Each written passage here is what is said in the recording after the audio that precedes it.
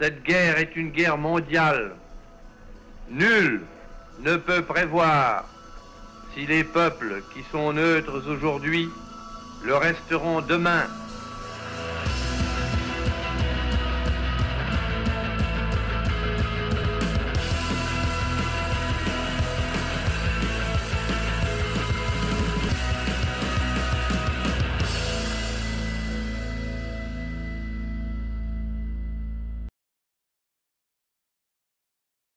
Bonjour à toutes et à tous. Pour ce deuxième magazine consacré au rendez-vous de l'histoire, nous nous sommes intéressés à la vie en temps de guerre.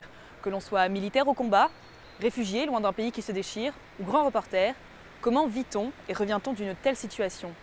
Personne ne ressort d'un conflit indemne, quelles que soient les blessures subies. Troubles physiques ou psychologiques, les soldats sont les premiers à nous en parler. Un sujet réalisé avec Valentin Cruard et Apolline Laurent. Les souvenirs sont évoqués avec une extrême précision. 1962, le front algérien et la blessure quelques semaines après son arrivée sur place. Je suis parti le 6 janvier. Le 6 mars, j'avais tout compris. Donc 2 mois plus tard, jour pour jour, j'avais gagné un fauteuil roulant. André Auberger est alors âgé de 20 ans. Avec un groupe de soldats français, ils sont pris dans une embuscade. L'un de ses amis meurt sur le coup, lui perdra sa mobilité.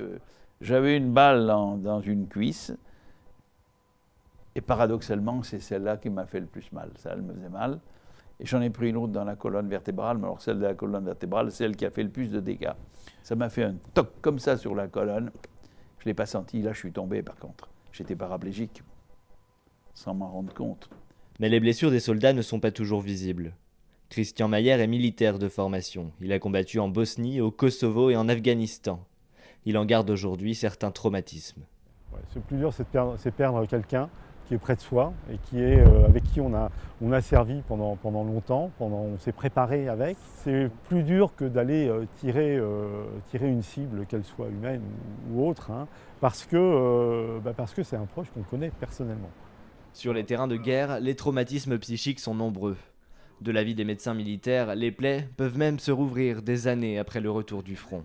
Alors, on dit classiquement qu'il y a 3 circonstances. Le sujet a cru qu'il allait mourir sur l'instant, mais si le sujet a vu son camarade très grièvement blessé ou mort à côté de lui, et il y a tout ce qu'on appelle les scènes assez atroces, ce que les Américains appellent la grotesque death, qui sont les scènes de charniers, les scènes inhumaines de débris humains, de corps humains.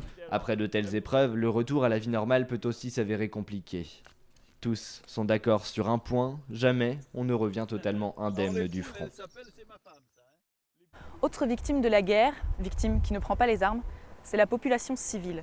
Depuis 2 ans et demi, le peuple syrien est déchiré par un conflit sanglant. Ceux qui le peuvent le fuient, comme ces 2 familles franco-syriennes. Elles ont rejoint la France, où elles doivent réapprendre à vivre loin de leur pays, où elles ont tout laissé. Portrait signé Camille Joannick et Guillaume Marc. Les parents à la cuisine, les enfants sur l'ordinateur, le père qui s'en agace. Je peux voir quelque chose sur l'ordinateur. Le quotidien d'une famille normale, à quelques détails près. Ouais, nous avons 2 claviers, un clavier arabe et un clavier français.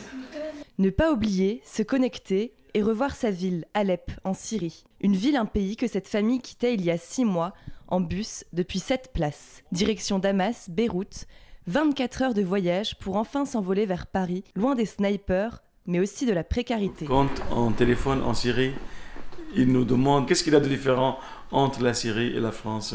Bah dit, tu sais, c'est bizarre, quand on appuie sur le bouton là, il y a la lumière qui s'allume. Un confort évidemment absent dans les camps de réfugiés, comme ici en Jordanie, où l'eau est une denrée rare, précieuse, et le logement spartiate. Depuis le début du conflit actuel, plus de 2 millions de Syriens ont fui leur pays. Ce franco-syrien vient lui aussi d'Alep. Lui et sa famille ont tout laissé là-bas. Maison, travail, souvenirs. Ils ont eu la chance d'avoir le dernier vol Alep-Paris. Il se souvient des précautions qu'ils ont dû prendre pour aller à l'aéroport, notamment en cas d'attaque massive. On s'est distribué dans plusieurs voitures, au cas où, au pire des cas qui se passent, au lieu de perdre 6, qu'on perd 2, 3, la moitié, je sais pas. C'était comme ça de penser, c'est peut-être un peu bizarre, mais on y pensait quand même. Avoir une connexion internet constante, marcher en sécurité dans la rue, aller chercher son enfant à l'école, Reprise d'une vie presque normale pour ces rapatriés qui ne retourneront sûrement jamais en Syrie. Elle aussi a connu la guerre en Syrie, mais elle l'a observée avec un autre regard. La journaliste Florence Aubenas, grand témoin de ce 16e rendez-vous de l'histoire, est aujourd'hui notre invitée. Bonjour Florence Aubenas. Bonjour. Vivre la guerre, puisque c'est le thème de ce magazine, est-ce que c'est vraiment nécessaire pour relater la guerre, pour la raconter au public? Oui, il faut vivre la guerre pour la relater, en tout cas il faut aller sur le terrain. Pour beaucoup de gens, vivre un conflit, ce serait se trouver sur une ligne de front, être entre deux armées ou deux belligérants qui se tirent dessus, ou en tout cas deux adversaires. Ça, c'est une petite partie de la guerre. L'essentiel du travail que je fais, c'est avec les civils, avec les gens pris dans cette machine-là et qui n'avaient rien demandé à personne. Est-ce qu'un journaliste peut couvrir un conflit sans prendre parti? Groucho Marx a une expression amusante là-dessus. Il dit que le journal d'Anne Frank n'est pas un bon journal parce qu'il manque le point de vue du nazi. C'est évidemment une boutade sur les journalistes qui doivent couvrir les deux parties d'un conflit. Et à la fois, il y a là aussi un petit peu de vérité. C'est-à-dire que parfois, on ne fait pas tout à fait ce qu'on veut. Bien sûr, on essaye de couvrir les deux côtés. Bien sûr, on essaye de montrer les choses telles qu'elles sont. Et je crois que la meilleure garantie qu'on a, évidemment, on n'est pas des pages blanches nous-mêmes en disant « je ne pense rien, je viens là, mais je suis absolument équitable », etc. Je crois que la notion d'honnêteté est plus importante que celle d'objectivité, en tout cas d'essayer de montrer ce qui se passe des deux côtés. Tous les gens qui sont là, qui vont me lire, qui vont nous regarder, vont être avec moi dans mes bagages. Et leur dire « voilà, on est ici, on va essayer d'aller au bout de cette route parce que voilà… c'est là que ça se passe. Alors on monte dans la voiture, on est arrêté au checkpoint, on fait demi-tour, on revient. Toute cette complexité des conflits, et c'est ça qu'on essaye de faire raconter nous quand on va sur le terrain, et pas spécialement le bon est ici, le méchant est là. Comment vos proches appréhendent-ils vos départs quand vous partez à la guerre? Au début, ils appréhendaient très mal, donc on avait convenu avec mes proches justement que je ne repartirais pas pendant 2 ans, donc c'est ce que j'ai fait. Après, moi, je voulais repartir, c'est mon métier, j'aime ce métier, moi, je ne me vois pas faire autre chose. Et je pense qu'il faut le faire en toute humilité, c'est-à-dire que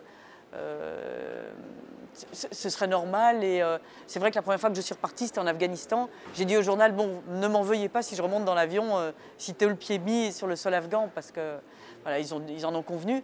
Et c'est vrai que voilà, les choses se sont renouées toutes seules et je suis ravie de repartir sur le terrain. On a souvent l'impression que l'expérience vous endurcit. Et on me dit, ah, avec tout ce que vous avez vécu, vous avez le cuir épais, etc. Je crois que c'est exactement l'inverse. C'est-à-dire que plus on avance, plus on est confronté à ce genre de situation, plus la peau, devient fine, et plus les choses vous deviennent, insupportables, non pas pour le danger, mais aussi d'être confronté à la souffrance, à la misère, etc. Et c'est, finalement, se frotter à ça rend fragile et ne rend pas invulnérable. Et c'est ce qui est rassurant. Merci beaucoup, Florence Aubenas, de nous avoir accordé cet entretien. Une autre façon d'appréhender la guerre maintenant, beaucoup plus ludique, c'est à travers les jeux vidéo. Hier après-midi, il était possible de participer à un grand jeu en réseau. Guillaume Marc et Zoé Boss y étaient.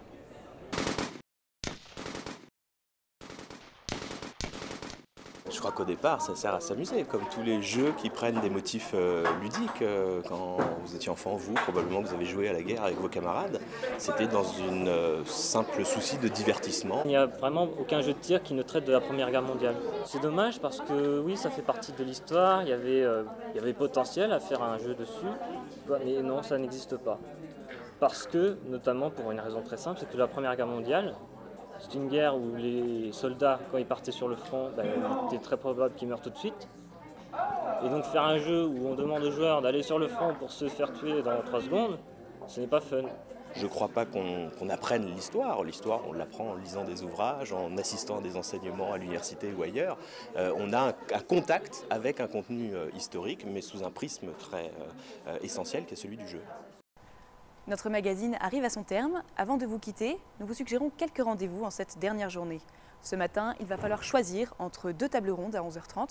La première à l'Amphi Rouge de la Chambre de commerce et d'industrie, la guerre est-elle une chance économique?